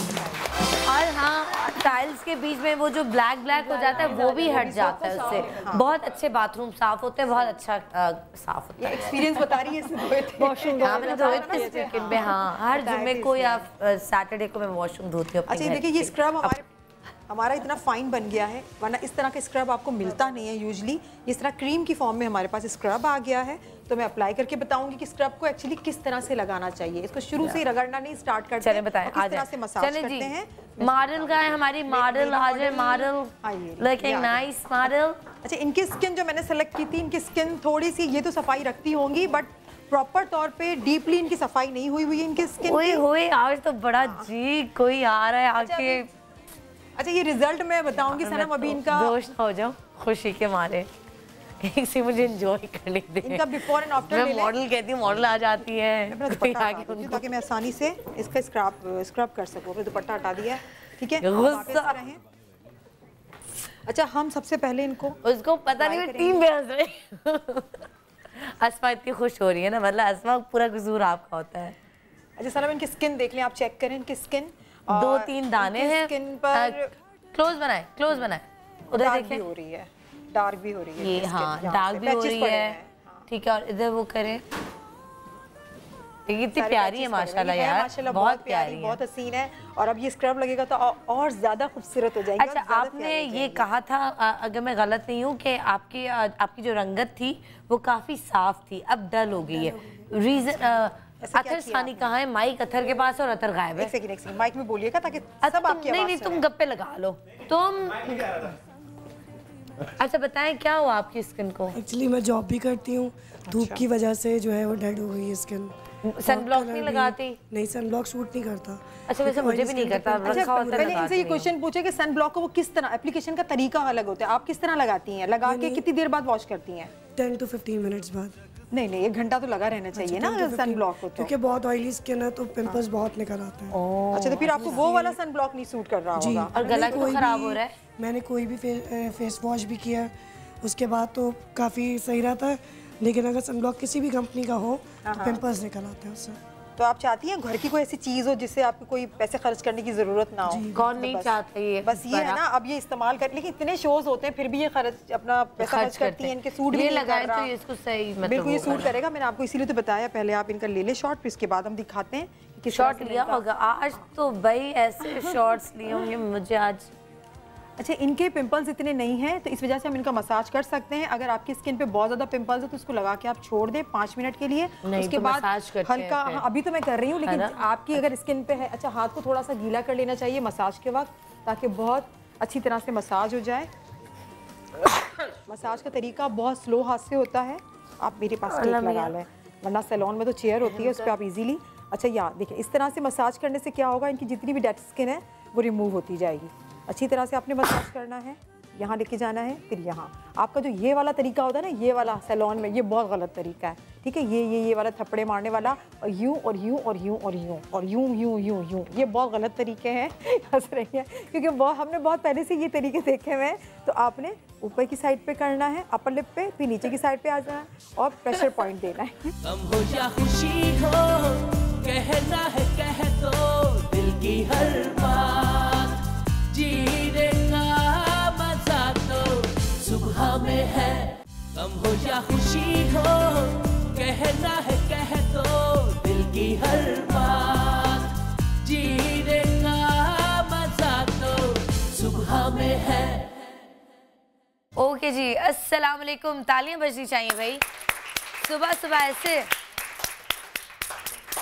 अस्सलाम वालेकुम, गुड मॉर्निंग, क्या हाल है आप सबके? उम्मीद है कि आप सब लोग ठीक होंगे। और आज जैसा कि बहुत सारे लोगों को पता होगा, लेकिन कई लोगों को नहीं पता होगा कि आज बच्चों का आलमी दिन जो है वो मनाया जा रहा है पूरी दुनिया भर में। लेकिन ज़ाहिर हर किसी का तरीका अलग होता है, और हमने भी कई सालों से जब से शोज़ कर रहे हैं, वैसे भी हम डिफरेंट तरीके से बच्चों का आलमी दिन सेलिब्रेट करते हैं। गेम्स होती हैं, मस्तियाँ होती हैं, बच्चों को गिफ्ट्स देते हैं, ये सब करते हैं। लेकिन मुझे लगा कि आज बच्चों से बात की जाए, बच्चों के वालिदैन से बात की जाए, और बच्चों को गिफ्ट दें, और वो गिफ्ट उनकी सेहत का हो, गिफ्ट उनकी आने वाली जो नस्लें हैं या उनका मुस्तकबिल है उसके हवाले से हो। उनका मुस्तकबिल कैसे खूबसूरत बनाया जाए, उनके मुस्तकबिल को बेहतर बनाने के लिए हमें क्या करना चाहिए, वालिदैन को क्या करना चाहिए, मीडिया का क्या रोल है, मीडिया को क्या रोल प्ले करना चाहिए, हमारे जो आसपास लोग हैं उनको क्या रोल प्ले करना चाहिए। बच्चों की सेहत, चाहे वो जिस्मानी हो चाहे वो ज़हनी हो, आज हम उस पे फोकस करेंगे ताकि उनका मुस्तकबिल और आने वाली नस्लों का मुस्तकबिल बेहतर हो सके। अब आप सोच रहे होंगे कि मुस्तकबिल का हमें नहीं पता, कभी भी कुछ हो जाता है, कभी कुछ हो जाता है। तो अक्सर हम एक लोग बीमारी की बात करते हैं जो बचपन से सुनते आ रहे हैं, लेकिन अमल उस पर अब काफ़ी हद तक कम हो गया, लेकिन अमल अभी भी उसी तरह ही है। और कई छोटे छोटे शहरों में लोग सुनते हैं और वो कहते हैं ये टीवी वाले तो बैठ के बातें करते हैं और इनको पे क्या है, इनको तो अपने शो चलाने। आज हम एक टॉपिक है उस पर बात करेंगे जो ख़ानदान में शादियां होती हैं, कज़न्स में जो शादियां होती हैं उस पर बात करेंगे, क्योंकि कहा जाता है कि जो ख़ानदान में शादियां होती हैं उनके बच्चों में बहुत सारी चीज़ें जो हैं वो उनकी कमी होती है, चाहे वो जिस्मानी चाहे वो मेंटली, तो उसको कैसे रोका जाए और ऐसा होता क्यों है। अगर आपको लगता है ऐसा नहीं होता तो आज पाकिस्तान के बहुत बड़े डॉक्टर्स, बहुत बड़े नाम आज हमारे साथ यहाँ पर मौजूद होंगे, वो आपको बताएंगे कि अगर ऐसा होता है तो ऐसा क्यों होता है, अगर आपको लगता है कि ऐसा नहीं होता तो क्यों नहीं होता। और जिन ख़ानदान में शादियाँ हुई हैं, कई लोगों के बच्चे और अक्सर लोगों के बच्चे नॉर्मल भी होते हैं, तो फिर वो नॉर्मल कैसे होते हैं। सब में कोई ना कोई माजूरी होनी चाहिए। और तो भी एक बात मैं बताऊं, अगर माजूरी लफ्ज़ को अंग्रेज़ी में बोला जाए तो हमें बुरा नहीं लगता, अगर इस बीमारी को उर्दू में बोला जाए तो हमें कहा जाता है ये क्या बात कर रही है। किसी भी तरह की हो सकती है। कभी कभी मैं सोचती हूँ कि हम कई चीज़ों में माजूर तो बज़ाहिर हम हैं। मैंने लाहौर में शो किया था, वो शख्स मुझसे बेहतर था, वो व्हील चेयर पर बैठ के 50,000 लोगों की मदद कर रहा है, तो उससे बेहतर इंसान क्या हो सकता है। तो वक्तास जब ये कर सकता है तो मेरा ये छोटा भाई जो इनके साथ पीछे मेरे भाई बैठे, वो सब क्यों नहीं कर सकते। आपकी औलाद, आपका बच्चा, आपको लगता है व्हील चेयर पर आ गया, चारपाई पे आ गया, बस अब इसकी ज़िंदगी ख़त्म हो गई, ऐसा नहीं है। तो इनकी ज़िंदगी बेहतर बनाने में आपको इनकी मदद करनी पड़ेगी, आप भी को इनका हाथ पकड़ना पड़ेगा। अगर आप ना उम्मीद हुए, और अल्लाह को भी ना उम्मीदी बिल्कुल पसंद नहीं है कि ना उम्मीद ना हो, उम्मीद रखें, अच्छे की उम्मीद रखें।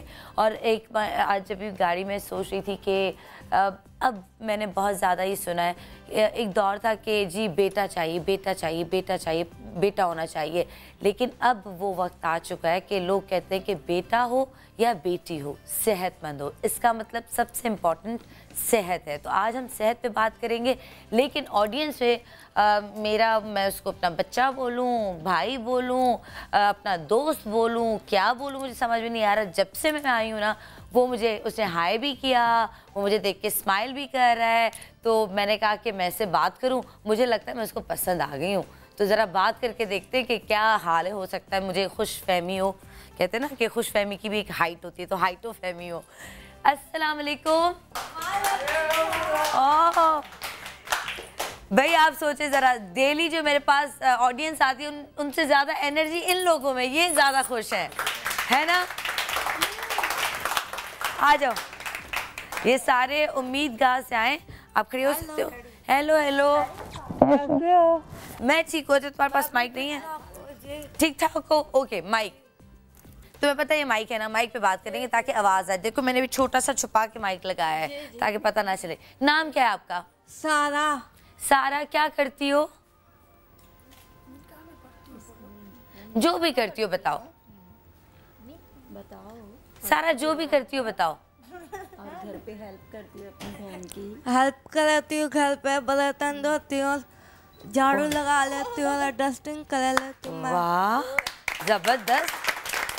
और सारा ने हमसे एक बात छुपाई है, छुप छुप के मेकअप भी करती है, लिपस्टिक भी लगा के, ये ग्लॉसी बड़ी सी नेचुरल ब्यूटी। ताकि नहीं, ये तो मिस ने लगाई है, मिस। ओह क्यूट। आपकी मिस कहाँ है?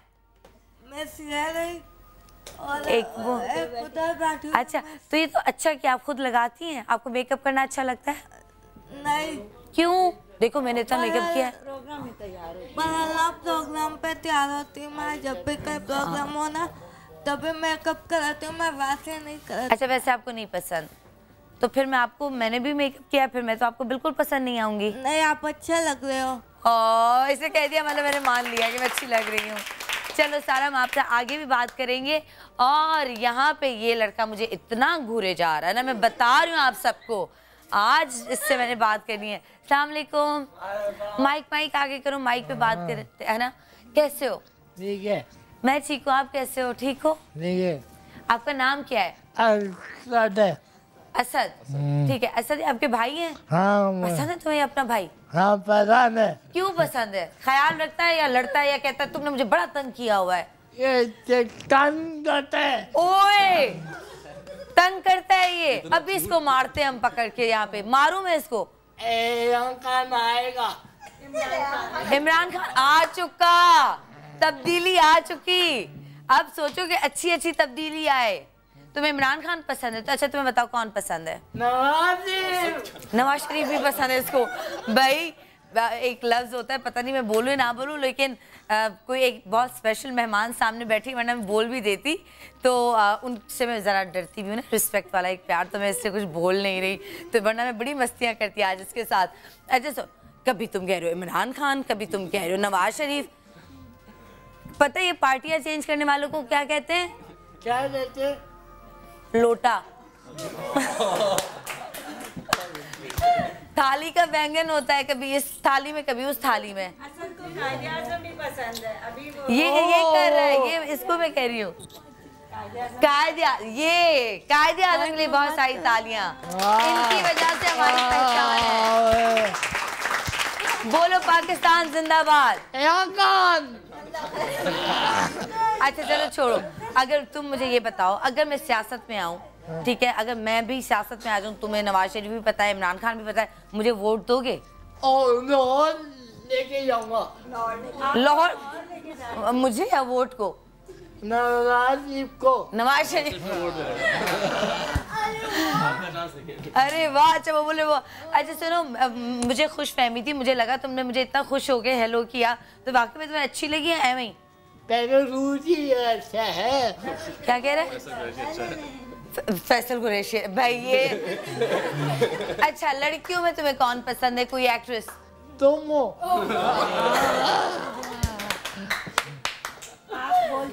मैं ये दावा से कहती हूँ, इसको मेरा नाम नहीं पता, कोई नाम ना बता, किसको मेरा नाम नहीं पता होगा। मेरा नाम क्या है? पहले बोलो। ओह माय गॉड, ये बात, अरे इसको मेरा नाम पता। आज तो मेरा दिन बहुत खूबसूरत गुजरेगा। तो मेरा शो देखते हो? हाँ टीवी में। हाँ टीवी पे देखते हो? हाँ। शोज भी देखते हो? हाँ। अच्छा आज तुम हमसे बहुत सारी बातें करोगे, ठीक है ना? तुम काम क्या करते हो?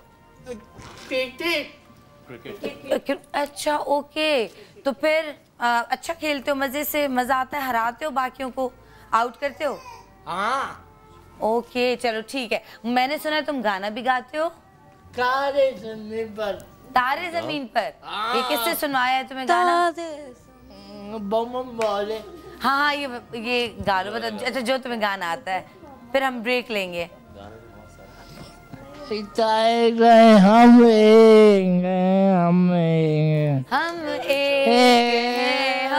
एक इस परचम के साए तले हम एक हैं। वाह कांजी सांझी खुशियाँ और गम हम सब एक हैं, हम सब एक हैं। गम हो या खुशी हो, कहना है कह दो दिल की हर बात। जीने का मजा तो सुबह में है। गम हो या खुशी हो, कहना है कह दो दिल की हर बात। जीने का मजा तो सुबह में है। असद ना, असद ना। ओके जी, वेलकम बैक। हम लोग वापस आ चुके हैं और आज हमारे पास पाकिस्तान के बहुत बड़े नाम, बहुत बड़े डॉक्टर्स मौजूद हैं जिनका अपॉइंटमेंट मुझे लगता है महीनों में मिलता होगा, जिनसे मैं ज़रूर नाराज़ होंगी कि महीनों बाद आप लोगों के अपॉइंटमेंट्स हमें मिलते हैं, लेकिन आज वो हमारे साथ हैं, तो दुआएं मुझे भी दीजिएगा आज साथ में। और आज कॉल करके आप अपनी कोई भी किसी भी तरह की प्रॉब्लम हो, लेकिन कोशिश कीजिएगा कि कुछ लफ्ज़ ऐसे इस्तेमाल किए जाए जो ढके छुपे लफ्ज़ों में, क्योंकि इतना ओपनली हम लोग बात नहीं कर सकते, हमारे सामने बहुत सारे बच्चे बैठे हैं, तो आप लेकिन सवाल कर सकते हैं, अपनी प्रॉब्लम हमें बता सकते हैं। बाकी डॉक्टर्स हैं, ऑब्वियसली वो समझ जाएंगे कि आप क्या पूछना चाह रहे हैं। तो कॉल्स का आपका इंतज़ार है। और यहाँ पर मैं आपको बता दूँ कि हमारे साथ कौन गेस्ट मौजूद है। एक हमारी बहुत ही प्यारी आर्टिस्ट, होस्ट, मतलब क्या मैं उनके लिए बोलूं, जो मुझे प्यारी तो लगती हैं, पसंद भी बहुत है और इज़्ज़त तो मैं करती हूं और मोहब्बत भी है। और जब मोहब्बत और इज़्ज़त मिल जाए तो फिर आपको ज़रा उनसे डर भी लगने लगता है कि यार इनके सामने आप गलती ना करें, क्योंकि ये आपसे बहुत ज़्यादा एक्सपेक्ट कर रहे होते हैं। है ना ख्वाजा बयात हमारे साथ हैं। वालेकुम अस्सलाम, कैसी हैं? मैं बिल्कुल ठीक हूँ और आपको प्लीज़ डरने की कोई ज़रूरत नहीं है, क्योंकि मैं भी बहुत सारी गलतियाँ करती हूँ रोज़ाना। अच्छा, लेकिन वही ना, प्यार और मोहब्बत वाला डर हमेशा होना चाहिए, है ना, ताकि आप और बेहतर करो, ताकि वो लिहाज होता है, वो लिहाज बड़े दोनों का है ना। चले, आज बच्चों का आलमी दिन है, तो आपको भी मुबारक हो, हम सबको मुबारक हो। और आज हम चाहेंगे कि जितना बेहतर बच्चों के लिए बात की जाए तो उतना ज़्यादा बेहतर है। डॉक्टर नजमा हमारे साथ है। अस्सलाम वालेकुम डॉक्टर साहिबा, आपके आने का बहुत शुक्रिया, थैंक यू सो मच। और आपसे जो भी गायनी के हवाले से प्रॉब्लम्स होंगी डेफिनेटली हम उस पर बात करेंगे। बाकी बीच में कोई भी इम्पोर्टेंट बात जिसको भी करनी हो, मे भी कोई सवाल मैं मिस कर जाऊँ, मे भी हम उस टॉपिक पे ना आ सकें, स्किप हो जाए, तो आप खुद भी कह सकते हैं सनम एक सेकेंड हमें ये बात करनी है। सो ये आप लोगों का शो है, ठीक है ना। मैं सिर्फ एम ही बैठी हूँ इस कुर्सी पे। और यहाँ पर हमारे पास हैं डॉक्टर हिलाल अख्तर माहपुरी साहब, जिनको पूरा पाकिस्तान जानता है। अस्सलाम वालेकुम सर, कैसे हैं आप? एक तो आपसे बहुत देर से मुलाकात हुई, लेकिन शुक्र मुलाकात हुई। आपके आने का बहुत शुक्रिया। और आपके तो यकीनन बहुत सारे जो मरीज़, तो आई डोंट नो बोलेंगे या नहीं बोलेंगे, लेकिन बहुत सारे केसेस हमारे सामने हैं। और जब से आप हमारे शो में आए, जो लोग बेचारे ना उम्मीद थे कि कुछ नहीं हो सकता था, आपकी दवाइयों से और यकीनन उनकी दुआओं से और उनके नसीब से उनके यहाँ औलाद हुई, ठीक है। तो आज हम बात करेंगे कि जो ख़ानदान में शादियां होती हैं, कज़न्स में, उनमें क्या इश्यूज़ आते हैं, वो आप मुझसे ज़रूर बात कीजिएगा। और बीमारियां क्या आती हैं, वो हमारे साथ यहाँ पर डॉक्टर ताहिर शम्सी मौजूद हैं, जो पाकिस्तान के एक बहुत बड़े डॉक्टर हैं, हेमाटोलॉजिस्ट हैं। अस्सलाम वालेकुम सर। और खून की कमी, थैलेसीमिया पे हम बात करेंगे, क्योंकि मैंने सुना कि कोई टेस्ट होते हैं वो करना ज़रूरी होता है शादी से पहले, अब सबको कराने चाहिए।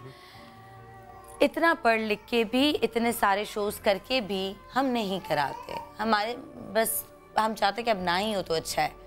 कहीं अगर गड़बड़ आ गई तो हम ये नहीं सोचते कि हम अगर पसंद की शादी हो या जहाँ हमारे ख़ानदान वाले चाहते कि नहीं शादी हो, वहाँ पे ऐसे टेस्ट नहीं कराए जाते, क्योंकि वहाँ पे शादी करनी होती है। लेकिन हम ये नहीं सोचते कि हमारी आने वाली नस्ल या हमारी औलाद, उसको देख देख के हम सारी ज़िंदगी कितना तड़पते रहेंगे, हमें कितनी तकलीफ़ होगी। तो यहाँ पर खैर बच्चे मौजूद हैं। मैं आपसे सबसे पहले बात करना चाहूँगी, क्या आपको लगता है ये माइंड सेट चेंज हुआ है वक्त के साथ कि नहीं शादी होगी तो कज़न में होगी, कज़न ख़ानदान से बाहर लड़की नहीं जाएगी? देखिए, आई थिंक अभी भी माशरती तौर पे लोगों को ये लगता है कि अगर आपकी अपनी फैमिली में आप शादी कर रहे हैं तो आपके देखे भाले लोग हैं, आपको ज़्यादा मालूम नहीं करना पड़ता, ज़्यादा पता नहीं करना पड़ता। लेकिन मैं कई दफ़ा ये बात कहती हूँ कि अगर आप एक गिलास पानी है, उसमें आपने नमक डाला हुआ है, एक गिलास पानी है जिसमें आपने चीनी डाली हुई है, जब आप उन दोनों को मिलाते हैं तो एक तीसरा जायका पैदा होता है जो बहुत अच्छा होता है। लेकिन अगर नमकीन खारे पानी के साथ आप नमकीन खारा पानी मिलाते चले जाएंगे तो वो कड़वाहट की हद तक नमकीन हो जाएगा। सो ये चीज़ समझना कि अगर खुदा न खास्ता आपकी फैमिली में कोई भी ऐसी बीमारी है जो कि कहते हैं ना नस्ल दर नस्ल चल सकती है, तो वो और स्ट्रेंथ पकड़ती है। और कुछ आपके जीन्स हैं जो कमज़ोर होते चले जाते हैं, तो ख़ानदान को फैलाना, ख़ानदान को बढ़ाना तो हमारी सुन्नत में भी आता है। बिल्कुल। तो ख़ानदान, अगर आप ये समझते हैं कि पूरे जो दुनिया के इंसान हैं वो आपकी फैमिली हैं, पूरी इंसानियत, पूरी ह्यूमैनिटी जो है वो आपके एक ही ख़ानदान के फ़र्द हैं, तो फिर ये तफरीक नहीं होनी चाहिए। आप छानबीन कीजिए, सगी खाला के बेटे से शादी होती है, वो खाला जब सास बनती है, खाला पता नहीं कहाँ रह जाती है। बिल्कुल। सो ये चीज़ जो कंफर्ट लेवल लोगों का है ना कि जी फैमिली में ही करो, इससे कुछ नुकसानात भी होते हैं। हाँ, मतलब बीमारियों के अलावा वैसे भी इश्यूज आ जाते हैं। देखिए, बीमारियों में आपका जहन भी है, कुछ स्ट्रेसेस और डिसऑर्डर्स जो हैं आपके, वो बढ़ते हैं because of the stress that you go through in those relationships. उन रिश्तों में भी स्ट्रेस आ जाता है। जब एक से ज़्यादा रिश्ता होने लगता है ना वहाँ पर, तो वो मल्टीपल रिश्तों को निभाना और संभालना भी एक अलग स्ट्रेस होता है। बिल्कुल। अच्छा, एक सवाल आपसे पूछना चाहूँगी कि काफ़ी लोगों को हमने बिल्कुल नॉर्मल भी देखा है कि मतलब लोग ये भी ना हो कि हम बिल्कुल ये कह रहे हैं कि अब ख़ानदान में तो शादी करना बिल्कुल ही अब जैसे मना है। क्या वाकई बिल्कुल ही मना है, या आपके पास ऐसे कुछ केसेस आते हैं कि जैसे हम सुनते हैं कि जी मिस कैरेजेस सुनते हैं कि ख़ानदान में शादी हुई है तो शायद इस वजह से ज़्यादा होते हैं, क्या प्रॉब्लम्स आती हैं? देखिए, ये ज़रूरी नहीं है कि सब जो है फैमिली मैरिजेस में ये हो जाए। Exactly. I am married to my first cousin, और अल्हम्दुलिल्लाह मेरे बच्चे बिल्कुल नॉर्मल है। तो ये कोई एक वो नहीं है कि भाई कज़न मैरिज है तो ये होना ही है। हाँ, ऐसे खुदा और भी बहुत सारे मेडिकली इश्यूज होते हैं जिसकी वजह से ये एबनॉर्मेलिटीज़ आती हैं, और जो मिसकैरेजेस का जो रेट वगैरह जो आजकल ज़्यादा हुआ है उसकी बहुत सारी वजूहात। अच्छा, आजकल रेट ज़्यादा हुआ है, उसकी वजूहात आपने अच्छा ही कहा, मैं उसकी वजूहात जानना चाहती हूँ, क्या वजूहात है? देखिए, ज़्यादातर जो हमने हमारे क्लिनिक में हमारा इनफर्टिलिटी पे काम ज़्यादा होता है, और हमने जो देखा है वो ये है कि मेल फैक्टर जो है उसमें बहुत नॉर्मेलिटीज़ आ रही हैं। लाइक सेमन एनालिसिस हम जब कराते हैं तो उसमें जो है मोर्टेलिटी के इश्यूज़ हैं, उसकी वजह से ये रिपीटेड मिसकैरेजेस वगैरह आते हैं, उसका ट्रीटमेंट होता है और नॉर्मल मतलब प्रेगनेंसीज कंटिन्यू हो जाती हैं। तो ये इस चीज़ को बहुत अरसे तक बहुत लोगों ने इग्नोर किया है, मेल फैक्टर को। जब भी कोई एक पेशेंट फीमेल जाती है, वो जो भी डॉक्टर्स होती हैं, बहुत बड़े बड़े डॉक्टर्स हैं, मैं किसी का वो नहीं, मगर ये कि पहले वो क्या करते हैं, सारे हार्मोनल ट्रीटमेंट स्टार्ट कर देते हैं। बहुत से ऐसे में हमारे पास पेशेंट आते हैं जिनका एक बार भी हस्बैंड का सीमेन टेस्ट होता नहीं है, या अगर लिख के देते हैं तो नहीं कराते हैं। उनकी ईगो और अना का मसला बन जाता है। बिल्कुल। और मैंने ये महापुरी साहब यहाँ पे बैठे हैं, तो ये हम जब गए थे इनके पास कि आप हमें बताएं, हमें शो करना है, बहुत कुछ सीखने को मिला। और एक आध हमारे जानने वाले थे, हम उनके साथ भी गए कि उनके हस्बैंड की पहले भी शादी थी और उनका भी मतलब पहली वाइफ से उनको बच्चे थे, सेकंड वाइफ से उनको 10-11 साल से बच्चा नहीं हो रहा था। तो हस्बैंड का ये कहना था, बहुत पढ़ी लिखी फैमिली, पढ़े लिखे लोग, मैं टेस्ट क्यों कराऊं, मैं नहीं कराऊंगा, मैं नहीं जाऊंगा, क्योंकि मेरा तो पहले भी बच्चा है ना। बिल्कुल। तो इन्होंने कहा कि अगर मर्द को लगता है कि नहीं, अगर उसका एक बच्चा है या 2 बच्चे हैं तो बाद में उसमें कोई प्रॉब्लम नहीं आ सकती, कोई इशू हो सकता है और बेहतर भी हो सकता है, आप नॉर्मल भी हो सकते हो। तो ये ना समझे कि जी हमारी अगर औलाद है तो ये नहीं हो सकता। तो सेम गोज फॉर औरतें, कि औरतों के साथ भी ये हो सकता है कि अगर उन्होंने 1-2 बच्चे पैदा किए हैं या एक बच्चा, तो उसके बाद ज़रूरी नहीं है कि उसमें कोई प्रॉब्लम नहीं हो सकती। बिल्कुल, सेकेंडरी इनफर्टिलिटी ये कहलाता है। जिसमें ये होता है कि एक हो गया फिर सेकेंड नहीं हुआ तो उसमें प्रॉब्लम आती है। अच्छा, मैं ख़ास तौर पे अपनी उन बहनों को, बच्चियों को कहूँगी कि अगर उनके शुरू में कुछ इश्यूज़ आते हैं, शुरू के मंथ्स में अगर वो कंसीव नहीं कर पाती, करती हैं और वो कंटिन्यू नहीं हो पाता कुछ इश्यूज़ की वजह से, उसके बाद रोना धोना .com शुरू हो जाता है कि बस अब तो ज़िंदगी रुक गई, अब तो बच्चा हो ही नहीं सकता। लेकिन मुझे लगता है कि उसके लिए कंसीव करने के लिए रिलैक्स होना भी बहुत ज़रूरी है। बहुत ज़्यादा। गम हो या खुशी हो, कहना है कह दो दिल की हर बात, जीने का मजा तो सुबह में है। गम हो या खुशी हो, कहना है कह दो दिल की हर बात, जीने का मजा तो सुबह में है। ओके जी, वेलकम बैक। आज हम लोग वापस आ चुके हैं और हम बात कर रहे हैं बच्चों की जो सेहत पर, क्योंकि आज बच्चों का आलमी दिन यहाँ पे सेलिब्रेट किया जा रहा है, हर जगह खुशियाँ हैं, सब है, लेकिन हमने फोकस किया है कि हम उनका मुस्तकबिल अगर बेहतर बनाने में वसीला बन सकें, कोई एक फैमिली भी या कोई एक बच्चा भी हमारी वजह से, इस शो की वजह से बेहतरी की तरफ जा सकता है। तो आई थिंक ये आज हमारी बहुत बड़ी कामयाबी होगी। यहाँ पे बहुत बड़े डॉक्टर्स, बहुत बड़े गेस्ट हमारे साथ मौजूद हैं, लेकिन क्योंकि डॉक्टर ताहिर साहब को जाना है तो मैं अभी दोबारा इनकी तरफ आऊँगी कि आपने एक तो हमें अफीफ़ा का केस बताना है। हमने बहुत सारे ब्लड ग्रुप सुने हैं कि ये वाला होता है, ए होता है, ए पॉजिटिव होता है, बी पॉजिटिव तो ओ नेगेटिव। तो कभी आपने बॉम्बे सुना है, बॉम्बे ब्लड ग्रुप? मतलब ये मेरे लिए शर्मिंदगी की भी बात है। बिल्कुल नहीं, मुझे नहीं पता होना चाहिए था। नहीं, बिल्कुल नहीं होना चाहिए। बट मुझे नहीं पता आज बॉम्बे ब्लड ग्रुप क्या होता है, वो मैंने तो कभी नहीं सुना पाकिस्तान में। देखिए, जिस बच्ची के मुतालिक बात करते हैं, अफीफा के मुतालिक, ये बच्ची गैर मामूली बच्ची है कि उसको 2 मसाइल हैं। उसको एक मसला ये है कि उसके कज़न मैरिज है पेरेंट्स की, उसकी वजह से उस बच्ची को बीटा थैलेसीमिया मेजर की बीमारी है। उसको ज़िंदा रखने के लिए हर महीने खून की एक बोतल की ज़रूरत पड़ती है।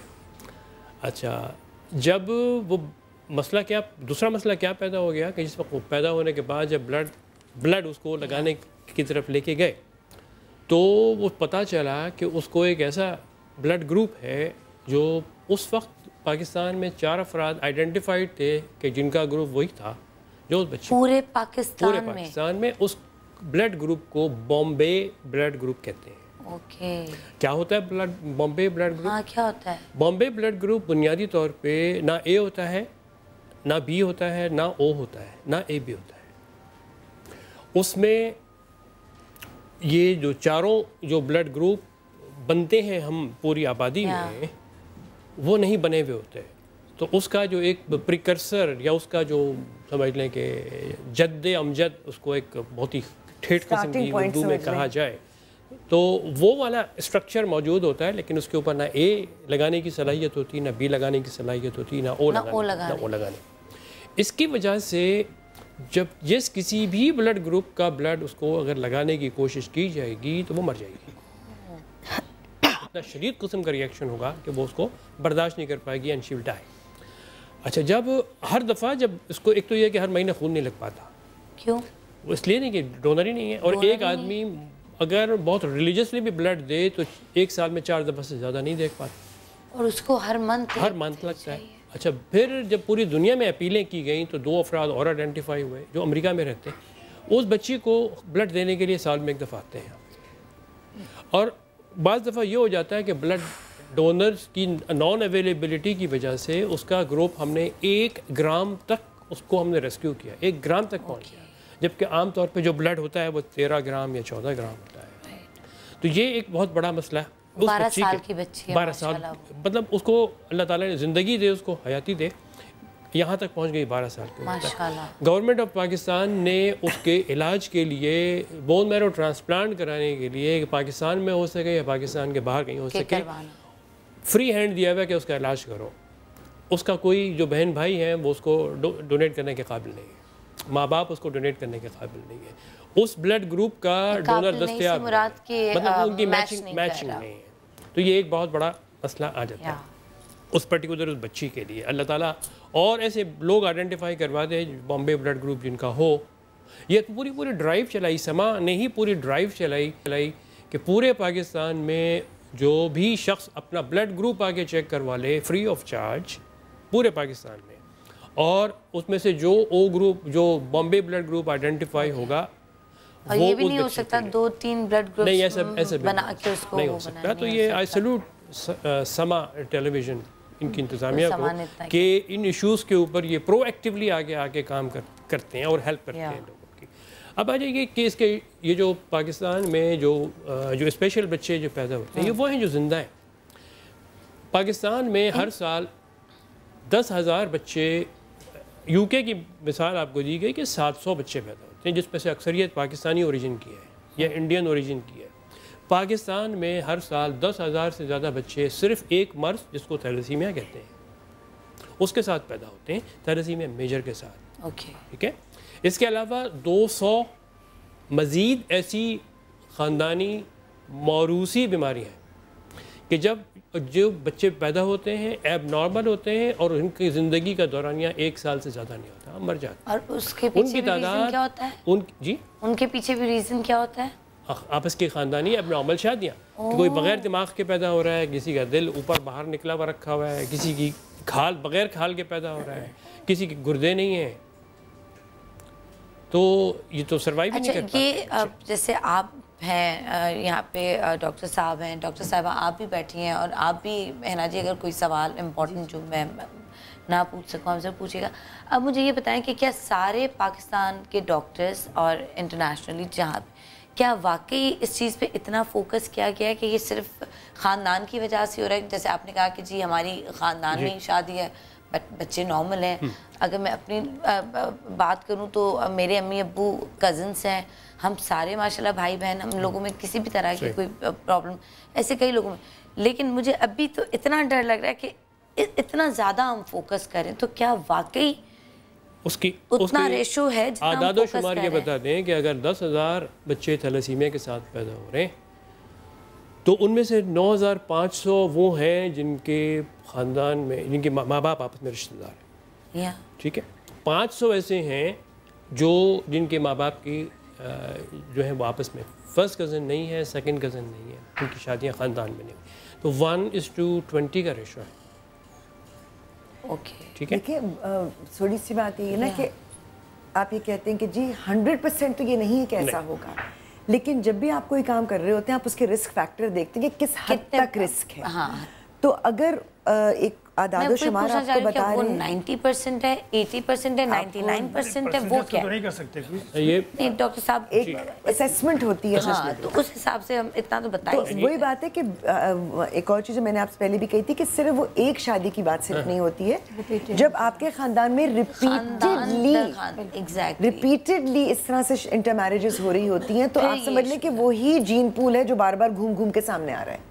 तो उसकी वजह से एबनॉर्मैलिटीज़ भी होती हैं, उसकी वजह से मिसकैरेजेस भी बहुत ज़्यादा होते हैं, क्योंकि कई दफ़ा वो प्रेगनेंसी जो है अपने तकमील तक आती ही नहीं है।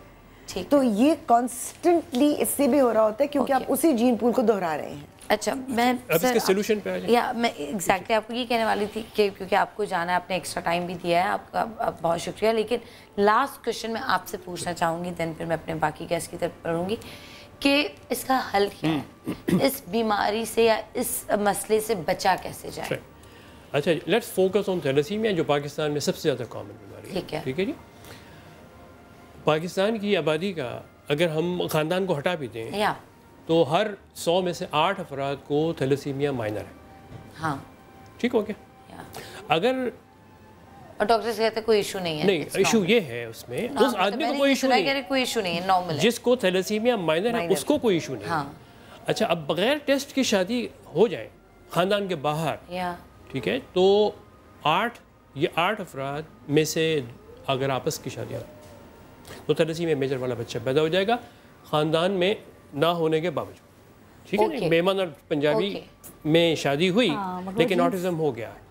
ठीक है, तो ये वो वाली मिसाल है कि मतलब माइनर का इशू आता है। अगर तो अब लड़की का भी माइनर है और लड़के का भी माइनर है तो इशू आ सकता है। अच्छा, अब वो ख़ानदान जिनमें थैलेसीमिया पहले से मौजूद है उनके लिए लाजिम है कि हम इसमें जाए बगैर, क्योंकि हम अपना सोशल फैब्रिक तोड़ने के काबिल नहीं है, पूरा माशरा बैठ जाएगा वहाँ पे। हम ये तसव्वुर कर लेते हैं फॉर द फॉरसीएबल फ्यूचर आपस की शादियाँ होती रहेंगी, कमी आती जाएगी लेकिन होती रहेंगी।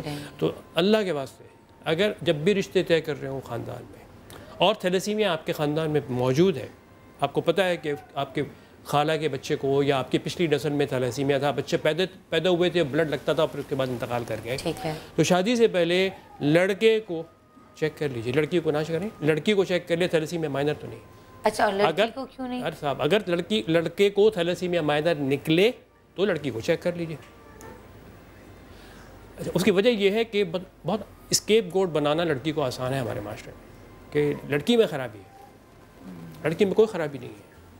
अगर लड़की में है थैलेसीमिया माइनर, अगर लड़के में नहीं है तो उस ख़ानदान में उनमें थैलेसीमिया मेजर वाला बच्चा पैदा नहीं हो सकता। अच्छा, और अगर लड़की को थैलेसीमिया माइनर है और लड़के को भी है तो लड़के की वजह से लड़का उसको थैलेसीमिया माइनर वाली जीन दे रहा है जो थैलेसीमिया मेजर बना देगा। ठीक है। गम हो या खुशी हो, कहना है कह दो दिल की हर बात, जीने का मजा तो सुबह में है।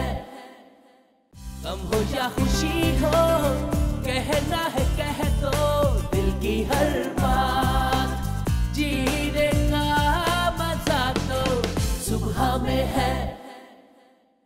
मुझे ये पूछना था कि जैसे एक मेरी बहन ने, या मैं वैसे ही पूछ रही हूँ, काफ़ी लोग हमारे यहाँ नशे में मुब्तला हैं, क्या जो मर्द हजरात नशा करते हैं क्या उनके लिए मतलब बच्चा कंसीव करना प्रॉब्लम होती है?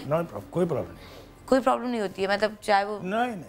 आप वहाँ चले जाएं ना स्लम्स एरिया में जो कच्ची आबादियाँ हैं, वहाँ देखिए हर आदमी नशा तो इससे मतलब कितने बच्चे होते हैं। आपको तो मैं पहले बोलता था, अब ये डॉक्टर साहब बोल रही हैं।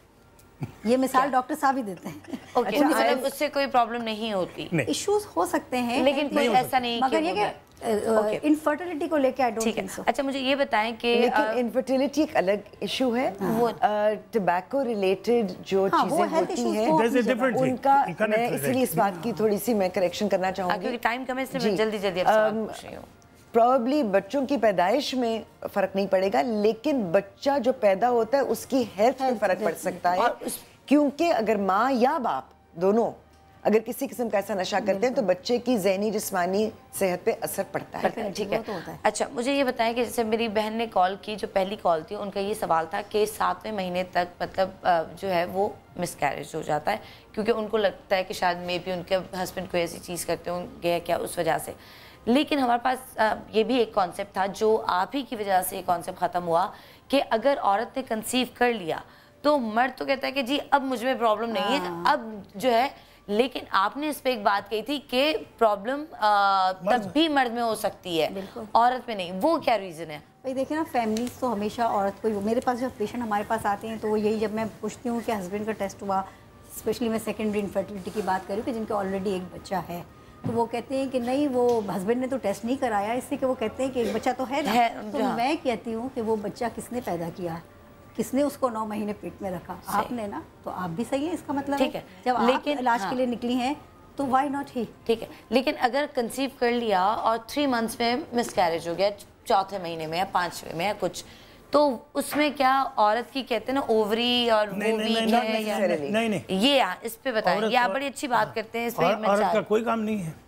ओवरी में सिस्ट हो तब भी प्रॉब्लम नहीं है, वीक तो हो सकती है ना। ये तो ये डॉक्टर बनाता है कि जनाब वीक हो गया, सिस्ट हो तब भी कोई प्रॉब्लम नहीं है, फाइब्राइड हो तब भी कोई प्रॉब्लम नहीं है। मैं वो टर्म नहीं यूज करना चाहती, आप हमेशा वो कहते हैं कि अगर बच्चा नहीं रुक रहा तो उसमें मर्द की 100%, हाँ, यहाँ 90 भी कहता है, मैं 100 कहता हूँ। अपने हस्बैंड को टेस्ट करा ले, थोड़ी सी भी एब्नॉर्मलिटी हो, ट्रीटमेंट ले ले। पॉइंट्स होते हैं जिसकी वजह से बच्चा नहीं रुक पाता। रैपिड लीनियर प्रोग्रेशन है, काउंट है, पस्चर है, ये दीज आर द थिंग्स।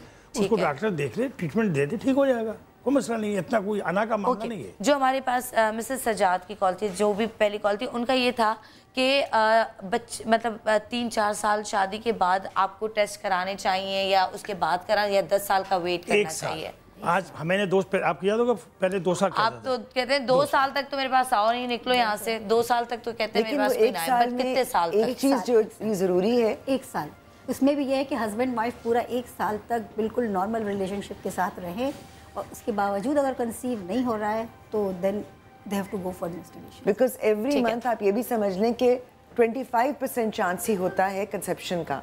तो अगर 12 महीनों में कॉन्स्टेंटली ट्राई करने के बावजूद नहीं हुआ तो फिर ज़ाहिर है टेस्टिंग बनती है। ठीक है, अगर मिसकैरेज हो जाता है तो दोबारा कंसीव करने के लिए गैप कितना होना चाहिए? कोई गैप नहीं, कोई ज़रूरत नहीं है। ठीक है, इसमें मेरी डॉक्टर साहब से थोड़ा सा इख्तिलाफ होता है, क्योंकि इसमें भी 2 राय होती हैं, क्योंकि जो बात हमने कही थी कि माँ की फिजिकल इंटरनल हेल्थ भी बहुत काउंट करती है कंसीव करने और कैरी करने। ठीक है, अच्छा, सुनना, बोलना, पढ़ाई में वीक होना, एक्टिव ना होना, क्या ये भी खानदान में शादियां या वो जो टेस्ट नहीं होते उस पे उसकी वजह से असर पड़ता है बच्चों पे? एक्टिव नहीं तो माहौल का मामला है, ये तो एनवायरमेंटल है। एक मुझे ये बताएं, मे भी मैं उसको प्रोनाउंस गलत करूं, क्योंकि अभी मैंने रिसेंटली अपनी फैमिली में ये लफ्ज़ सुना था, उससे पहले मुझे इतना आइडिया नहीं था कि प्लेसेंटा जो है नीचे आ गया है, वो नीचे आ गया या वीक हो गया या वो फट गया है, इसलिए उसमें से ब्लीडिंग हुए जा रही है।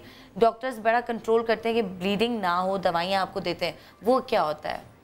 वो उसमें यही होता है कि प्लेसेंटा जो होता है वो एक्चुअली प्लेसेंटा क्या होता है कि कनेक्शन होता है फीटस का विद मदर, वहीं से उसको सर्कुलेशन मिल रही होती है, वहीं से वो ग्रो कर रहा होता है।